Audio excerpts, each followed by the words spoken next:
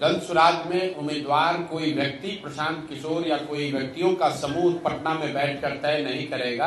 जो साथी भी इस विचार को, इस प्रयास को समझकर इससे जुड़े हैं और जुड़कर इसको आगे बढ़ाने में अपना कंधा लगा रहे हैं, वही साथी मिलकर इसके उम्मीदवारों का चयन करेंगे। और उसी के तहत आप देख रहे हैं कि जनसुराज इस राज्य का पहला ऐसा दल है जिसने उम्मीदवारों की आवेदन की औपचारिक प्रक्रिया अभी शुरू कर रखी है।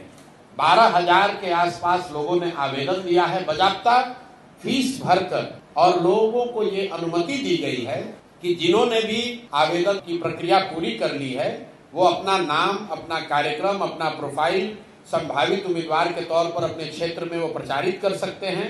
और अब जनसुराज की जो केंद्रीय चुनाव समिति है उस व्यवस्था के तहत अगले 4-5 महीनों में उन सभी साथियों का जो अपने आप को संभावित उम्मीदवार बता रहे हैं या जिन्होंने आवेदन दिया है उनका मूल्यांकन होगा।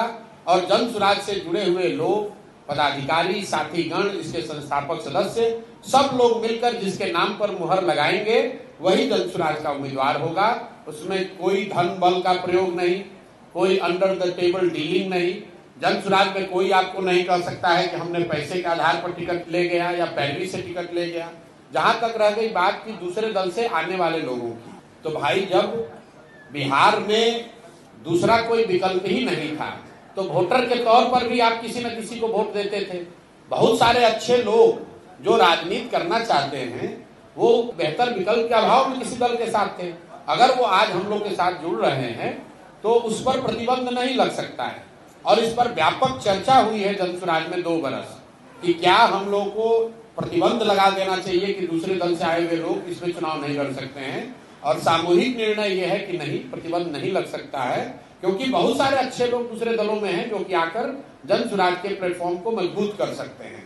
लेकिन जो बात मैंने कही है कि बिहार में कोई 1200-1250 परिवार के लोग ही पिछले 30-35 वर्ष में सांसद विधायक बने हैं, उसको ध्यान में रखते हुए ये तय किया गया है कि ज्यादातर कैंडिडेट जो चुनाव लड़ेंगे वो राजनीतिक पृष्ठभूमि वाले ऐसे लोग नहीं होंगे जो पहले से जिनके परिवार या उनके परिवार के सदस्यगण चुनाव लड़ते रहे हैं। कुछ अपवाद जरूर हो सकता है, लेकिन 2/3 से ज्यादा लोग जनसुराज में वही चुनाव लड़ेंगे जो शायद जीवन में पहली बार चुनाव लड़ रहे होंगे। और ज्यादातर लोग ऐसे होंगे जिन्होंने कि शायद राजनीति ही अपनी पहली बार जीवन में शुरू की है। तो बहुत बड़ी संख्या में मोटे तौर पर नए राजनीतिक चेहरे आपको जनसुराज के टिकट पर चुनाव लड़ते हुए